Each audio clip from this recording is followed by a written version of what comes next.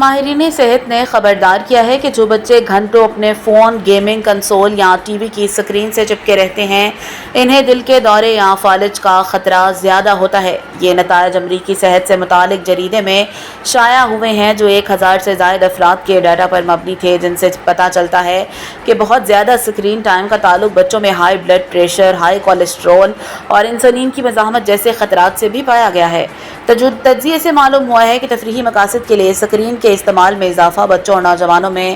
دل کے امراض کے خطرات بڑھنے کا سبب بن سکتا ہے۔ محققین کا کہنا ہے کہ اسکرین ٹائم اور قلبی میٹابولک خطرات کے درمیان تعلق ان نوجوانوں میں سب سے زیادہ مضبوط تھا جو کم گھنٹے سوتے تھے، جس سے یہ ظاہر ہوتا ہے کہ اسکرین کا استعمال نیند کا وقت چرا کر صحت کو نقصان پہنچا سکتا ہے۔ مطالعے کے سربراہ ڈنمارک کی یونیورسٹی آف کوپن ہیگن کے ڈاکٹر ڈیوڈ ہارنر نے کہا کہ بچپن اور نوجوانی میں اپنی مرضی کے مطابق اسکرین ٹائم کو محدود کرنا طویل مدت تک دل اور میٹابولک صحت کی حفاظت کر سکتا ہے۔ شرکائے ڈنمارک میں 2 مطالعات کا حصہ تھے، ان میں سے ایک 2010 میں 10 سالہ بچوں کا ایک گروپ تھا اور دوسرا 2000 میں 18 سالہ نوجوانوں کا ایک گروپ تھا۔ ان بچوں کے اسکرین ٹائم میں ٹی وی دیکھنا، فلمیں دیکھنا، گیمنگ کرنا یا تفریح کے لیے فون، ٹیبلٹ یا کمپیوٹر استعمال کرنا شامل تھا۔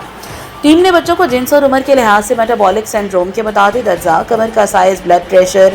HDL یا اچھے کولیسٹرول، ٹرائی گلیسرائڈ اور خون میں شکر کی سطح کی بنیاد پر اسکور دیا۔ تجزیے سے پتہ چلا کہ اسکرین ٹائم کے ہر اضافی گھنٹے نے 10 سالہ بچوں میں قلبی میٹابولک اسکور میں تقریباً 0.8% اور 18 سالہ نوجوانوں میں 0.13% اضافہ کیا۔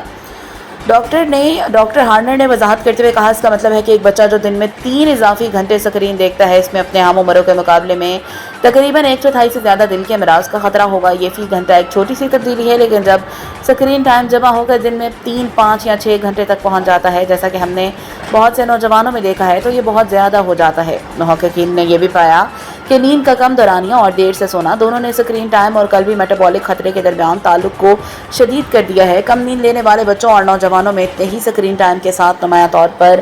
زیادہ خطرہ دیکھا گیا۔